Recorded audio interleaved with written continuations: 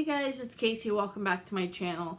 Today I kind of have like a different type of video. I've never done it on the channel before and I've only seen one other person do it.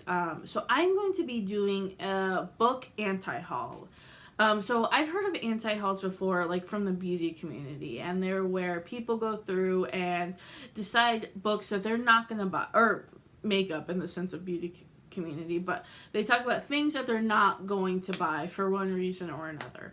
I did on BookTube see Julie from Pages and Pen do this. She did it a while ago. If I remember, I'll link her video below because I really liked it.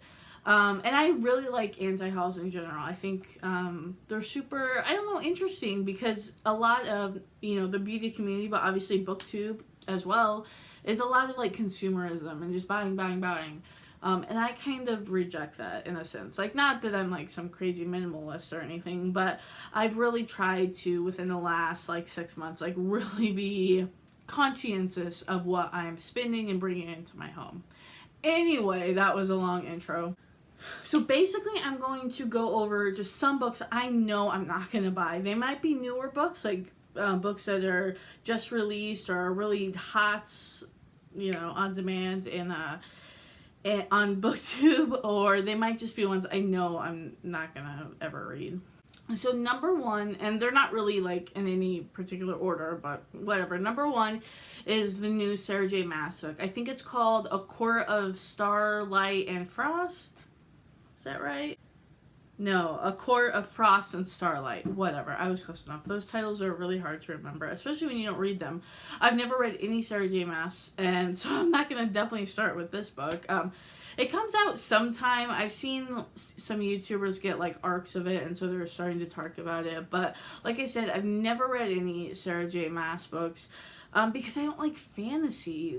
So I'm definitely not going to read about... I think the court of whatever ones are about fairies. But I also thought it was a Beauty and the Beast retelling, so is it like both? I don't know. Either way, I don't want to read it, especially if it's about fairies. I just have zero interest in reading about fairies. So yeah, I'm definitely not going to buy that one. And to be honest, I'm probably never going to buy or read a Sarah J. Maas book. I just have zero interest. Like, it's not what I want to read. Those, I would recommend those though to like my sister, because she really likes fantasies. She just started reading A City of Bones by Cassandra Clare. I think that's what it's called. The Mortal Instruments. I don't know, because I've never read those either. But she likes that stuff. She likes, like, I don't know, vampires and angels and all that fantasy stuff. So I would definitely recommend the Sarah J. Maas books to my sister because I think she'd like them, to be honest. Because a ton of people on YouTube like them. Another book I'm not going to buy is Leah on the Offbeat by Becky Albertalli, I believe. I've never read a Becky Albertalli, and this is like a sequel or like a companion to Simon versus the Homo Sapiens Agenda, which was made into a movie. But yeah, I've never read that book, and I haven't seen the movie, so I'm not gonna start with the spinoff. I do have the audiobook like requested for Simon's versus the Homo Sapiens Agenda. Why do YA books have the craziest titles? Can we talk about that? That's like a whole nother video, but anyway. So I have Simon requested from the library, but I'm like number 100, in line. So it'll be like 5 years before I ever get to listen to it. But when it comes in, I will listen to it. And then I guess theoretically, if I really, really like the book, then I might pick Leah on the Offbeat up. But probably not. I mean, I don't know. I don't know. Maybe if I really like it.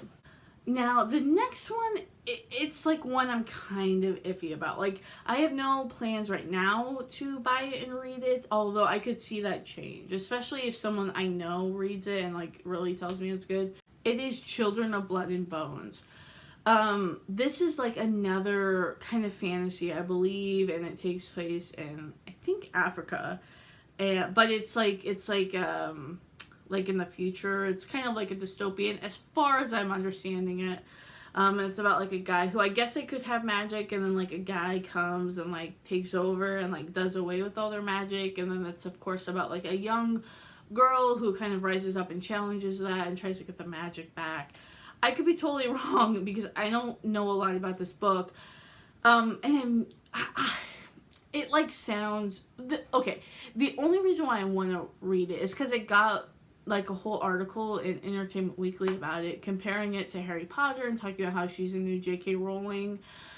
So like that, obviously, like that's a very strong statement that makes me want to read it. But the premise doesn't sound super interesting to me. Like I just feel like at this point I'm kind of over dystopians. I'm over like the teenagers rising up and like, you know, having to save the world. Like I'm a little bit over it, and I think part of it's just my age.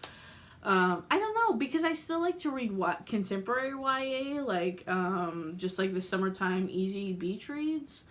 But I'm just kind of like over the dystopian thing. So that's a book that I have no plans right now, but maybe in the future, especially like if my mom or brother or someone reads it and says like, oh, this is incredible, go read it, then yeah, I might read that. And then finally, the last book I'm going to talk about is The Great Alone by Kristin Hannah. This is an adult fiction or like literary fiction book, and I believe it takes place like in the 70s, and it's about this family that moves to Alaska.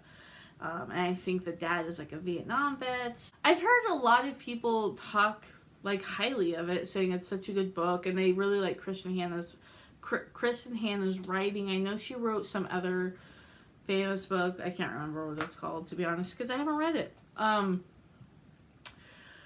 And I just have no interest in reading it at all. I don't really like reading adult fiction, especially like adult literary fiction, because I find it to be depressing and boring.